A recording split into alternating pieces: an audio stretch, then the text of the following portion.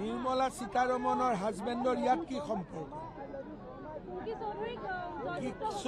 কি নাম? কুংকি চৌধুৰীটো বাপেক মাকে গৰুৰ মাংস খায়। মই বুজিলো তেওঁ অপেনলি সাপোৰ্ট কৰিব, আমি অপেনলি বিৰোধিতা কৰিম। যি ঘৰত অসমত সত্ৰাধিকাৰ আছে, অসমত কামাখ্যা মন্দিৰ আছে, অসমত বটদ্ৰৱা থান আছে, এই অসমত গৰুৰ মাংস খাব দিম আমি? মই মিয়াকে গৰুৰ মাংস খোৱা বন্ধ কৰাইছো আৰু এইবাৰ খুনকি চৌধুৰী গৰুৰ মাংস খাব দিম নেকি? কোনো গৰুৰ মাংস খোৱা বাপেক মাকক তেওঁ যদি কয় দেউতা মা মোৰ নহয়, মই তেওঁৰ লগত আছো। তেওঁ কওক যে মোৰ দেউতা মাই গৰুৰ মাংস খাই, মই এজন সনাতনী হিন্দু, মই দেউতা মাক ডিজন কৰিছো। কালিৰ পৰা কি কৈ আছে যে মোৰ ককা দেউতাই সংবিধানত সহি কৰিছিল, সেইখন সংবিধানতেতো লিখা আছে গৰুৰ মাংস খাব নালাগে বুলি। ককাকৰ কথাটোতো মানিব লাগে। খুনকি চৌধুৰী ইলেকশ্যন জিকে নিজিকে বাদ দিয়ক, ৰাইজক ক'ব লাগে দেউতা মাক মই এৰি দিলো, গৰুৰ মাংস খোৱা পাৰ্টিৰ লগত আমি নাই। আপুনি ভোট দিব নেকি গৰুৰ মাংস খোৱা মানুহক? গৰুৰ মাংসক আমি পূজা কৰো। কোনজন সত্ৰাধিকাৰে তেওঁক ভোট দিব? অসমত মাজুলী আছে, কামাখ্যা মন্দিৰ আছে, বটদ্ৰৱা থান আছে। ইলেকশ্যনৰ পিছত কেটেল প্ৰিভেনশ্যন এক্টত দেউতাক মাকৰ ওপৰত মই একশ্যন লৈ আছো। বাকী চব মই মানিম, গৰুৰ মাংস খোৱা মই নামানো। এইটো কোন হয়? কি বাহাদুৰি দেখাই আছে? আমি কি হিন্দু মানুহবোৰ মৰি গলো? অসমত কামাখ্যা মন্দিৰৰ তলত এতিয়া গৰুৰ মাংস হ'ব, মাজুলীৰ তলত গৰুৰ মাংস হ'ব, বটদ্ৰৱাত গৰুৰ মাংস হ'ব। কি কথা কয় এইবিলাক? লুৰিণজ্যোতি গগৈয়ে ক্ষমা খুজিব লাগে। আজি হিন্দু মানুহক অপমান কৰি আছে, বাৰে বাৰে কয় ছোৱালীক টাৰ্গেট কৰিছে। আৰে মই পৃথিৱীক টাৰ্গেট কৰিম যদি গৰুৰ মাংস খায়। মই পৃথিৱীক টাৰ্গেট কৰিম, গৰুৰ মাংস নহব। ঈদত ধুবুৰীত গৰুৰ মাংস অনাৰ কাৰণে মই শ্বুট এণ্ড চাইট অৰ্ডাৰ দিছিলো। আৰু আজিকালি মুছলিম মানুহেও মোৰ কথাত গৰুৰ মাংস জেগাত মহৰ মাংস খায়। কি বাহাদুৰি দেখুৱাই আছে? এইবিলাক যোনে ছচিয়েল মিডিয়াত গৰুৰ মাংস খোৱাক ছাপোৰ্ট কৰি আছে নহয়, তেওঁলোকক মই কৈছো কামাখ্যাক অপমান নকৰিব, শংকৰদেৱক অপমান নকৰিব, বটদ্ৰৱাক অপমান নকৰিব, মাজুলীক অপমান নকৰিব।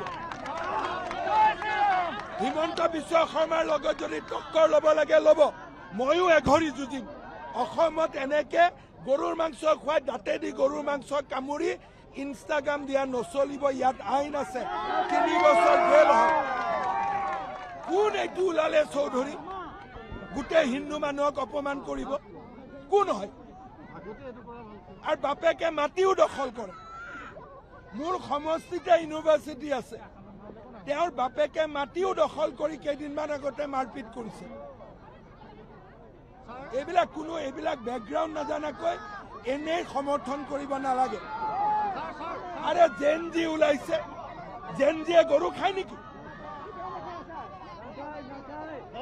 মোক এইবিলাক নকবা। গৰুৰ মাংস খোৱাৰ কথা শুনিলে একদম এনেকে হৈ যায় মোৰটো। আৰু কিবা বেলেগ আছে?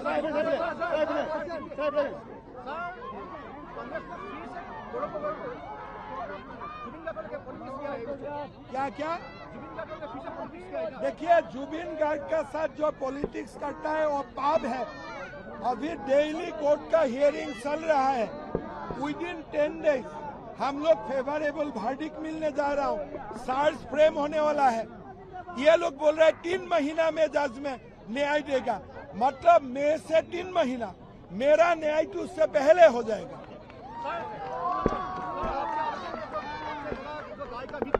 हाँ। अरे देखो, असम में कैटल प्रिवेंशन कानून है, सार्वजनिक रूप में बीफ खाना 3 साल का जेल है। यहाँ कामाख्या मंदिर है, यहाँ बटद्रवा है, यहाँ माजुली है, यहाँ खतराधिकार रहते हैं। ऐसे गरुड़ मांस खाने वाला को मैं छोड़ने वाला नहीं हूँ। एज पर लॉ मैं खुद FIR डालूंगा। मैं किसी को धमकी नहीं देता हूँ, लेकिन पुलिस थाना में FIR डालना मेरा भी अधिकार है। 90 से 100 कन्फर्म पक्का।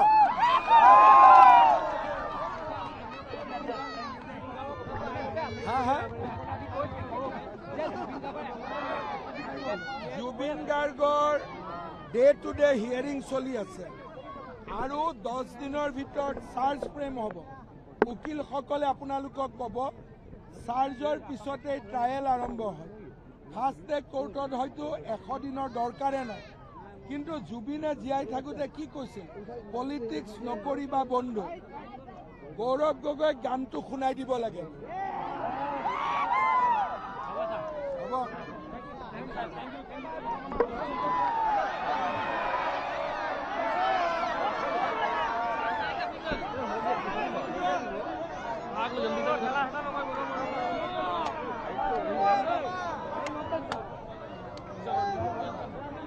निकलो भीड़ से निकलो।